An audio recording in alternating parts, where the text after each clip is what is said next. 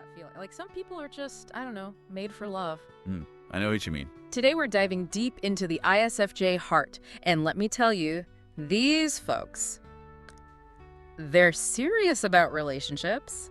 No games. Yeah, you don't see an ISFJ playing the field too often, that's for sure. Yeah. What gets me is they can really surprise themselves with how deeply they feel. Really? So it sneaks up on them. It can. One article described their inner world as this simmering pot of emotion, which I thought was pretty spot on. Okay, now that is fascinating. But they don't show it a lot, right? At least that's always been my experience. That's the thing. It's not that they don't feel it intensely. It's more like they express it differently. All right, so paint me a picture here. For someone who's maybe never met an ISFJ, You'll recognize them when you do. how do these big feelings actually play out? Think less about grand romantic gestures, the sweeping you off your feet stuff. Okay, less about that and more like, what? Giving you their last cookie. No, maybe. It's more about consistency, showing up in the little things. One article called them true blue lovers, and honestly, that felt really accurate. It's funny you say that because that phrase really stuck with me too. It feels accurate, but also kind of mysterious, For sure. There's a quiet depth to how they love. Like they're saying, I love you by making you soup when you're sick or remembering your aunt's birthday. It's like they're putting their energy into actions that actually matter, not just words. Yeah. Which is kind of amazing when you think about it. It's the real deal, not just a show. Okay, but here's the thing. If we're talking dating, all this sounds kind of disastrous, right? Right. Well, imagine you're head over heels for someone, but terrified to make a move. Oh, absolutely. That is the ISFJ dating dilemma in a nutshell. They crave connection like anyone else, but that fear of rejection can be crippling. Oh, I bet. And they strike me as the type who really don't want to rock the boat. Exactly. Social harmony is huge GE for them.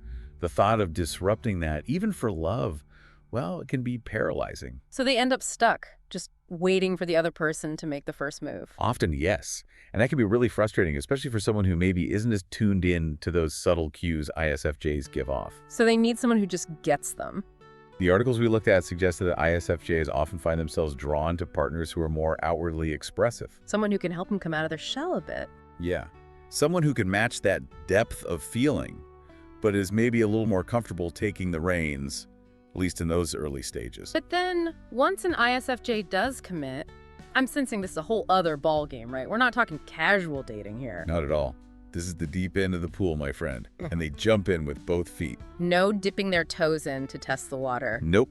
Once they decided you're the one, they are in it for the long haul. One article I read said ISFJs are like those old-timey deep-sea divers. I had to read that one. They don't go down often, but when they do, it's serious business. Exactly. They approach love realistically.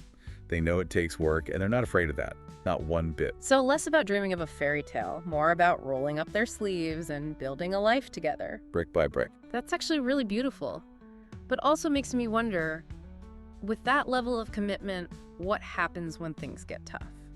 Because let's face it, relationships have their ups and downs. That's the thing, isn't it? When an ISFJ gives their heart, they give their whole heart. Right, like we were just saying, no half measures. Exactly.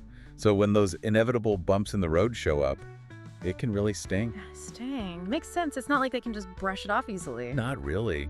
Yeah. And their aversion to conflict, which, don't get me wrong, can be a beautiful thing.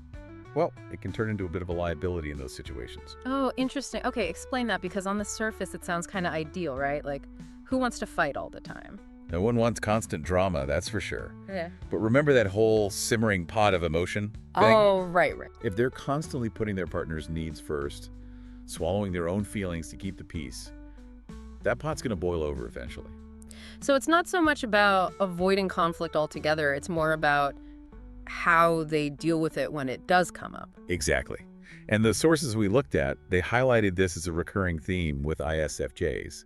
They have this huge capacity for loyalty, which means they might stick around in a situation long after it stopped being healthy, just hoping they can fix things, make their partner happy. Even if it means sacrificing their own happiness.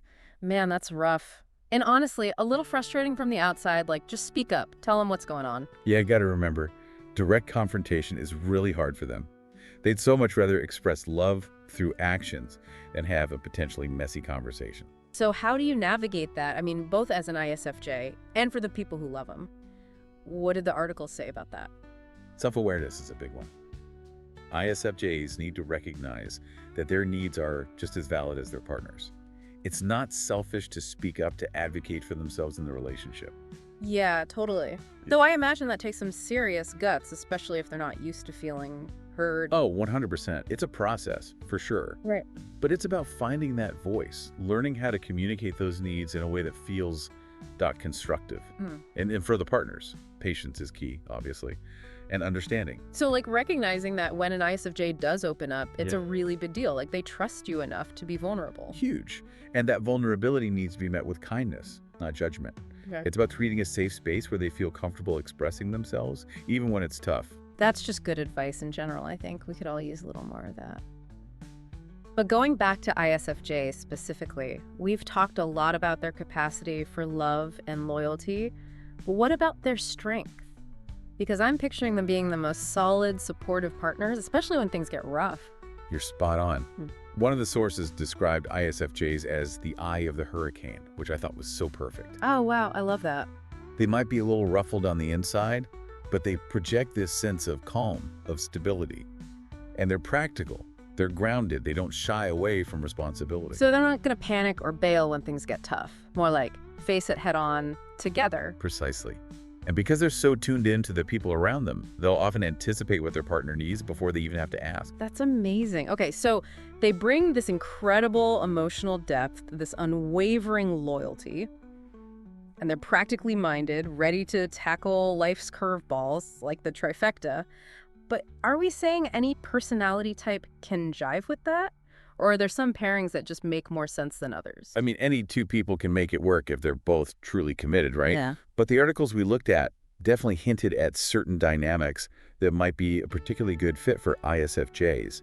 And it goes back to what we were talking about earlier, how they're often drawn to partners who are a bit more, outgoing. Right, someone to coax them out a little. Yeah, there's someone who can balance out that introverted nature with a bit more social energy that can create a really nice push and pull. But it's not all about extroversion versus introversion, What else is important? Well, given that communication can be a bit of a sticking point, finding a partner who really values open, honest dialogue is huge. Someone who's willing to put in the effort to talk things through, create that safe space for emotional expression. So less about finding another ISFJ, more about finding someone who just gets them, who appreciates how they approach the world.